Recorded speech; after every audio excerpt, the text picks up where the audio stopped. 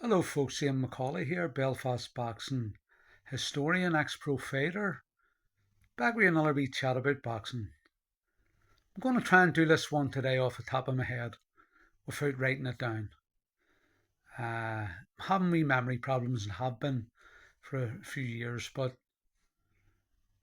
I'll give this one a go because I think it's pretty fresh in my memory. 1986, uh, Barney Eastwood offered me to go with him and Eddie Shaw and Barry McGuigan over to Las Vegas for McGuigan's world title defence against Stevie Cruz. But first, we were going to stop off at New York, Madison Square Garden, where I was going to make my debut.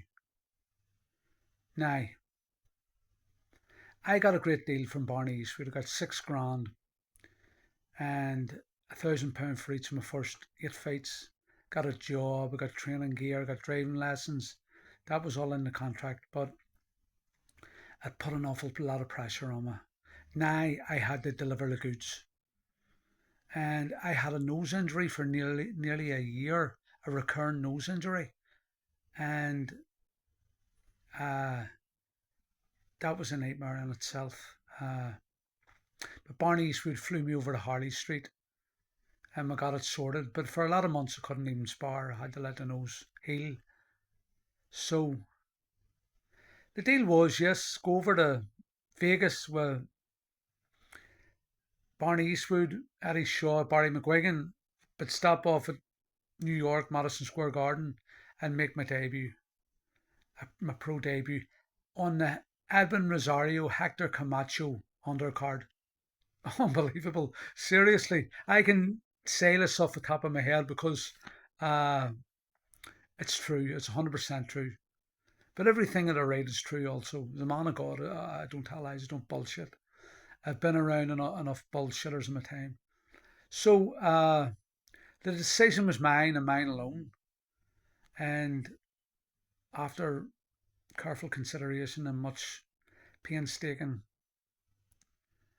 thinking, I turned Barney Eastwood down and said I would rather make my debut, have a more low key debut. I told him I felt the pressure I was under and I was nearly caving in because of it. Everybody thought I was having a great life then. He's never off the TV. He's always in the papers. Got a great deal. He's happy. They don't realise what I was going through. As I say, I had to deliver the goods, and the pressure was enormous. So I said to Barney Eastwood, "No, I'm just going to leave it." Paul Hodgkinson took my place and went over to Vegas, and Paul told me that he'd done 2 or 3 rounds with a great Roberto Duran because when McGuigan was fighting Cruz, it was called the triple hitter. Tommy Hearns was on the bill against Mark Liddell, and Roberto Duran was on the bill against Marvin Hagler's half brother Robbie Sims. So they were all there. But Paul Hodgkinson got to meet them all, and Paul told me that he'd done 2 or 3 rounds messing about with Roberto Duran in the ring. Could have been me. And Roberto Duran gave him his boots. I'll never forget that. And you talk about regrets. I made my debut at Wembley Arena a year after, nearly a year. It was in May '86, nearly a full year after I won the ABAs. And I made my debut against a journeyman, Dean Bramald. And thank God I won and won convincingly. I wasn't dynamite, I wasn't firing on all cylinders, but at least I had shed a lot of rust. It had boosted my confidence a wee bit. And when I went back to Belfast, my confidence soared. And the sparring, I was getting with Paul Hodgkinson, Andy Holligan, and McGuigan, and I just got better and better.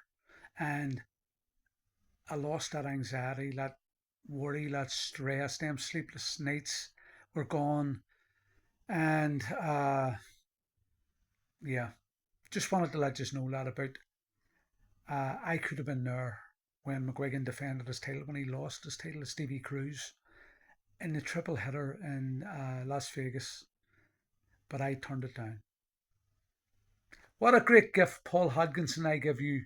And don't forget that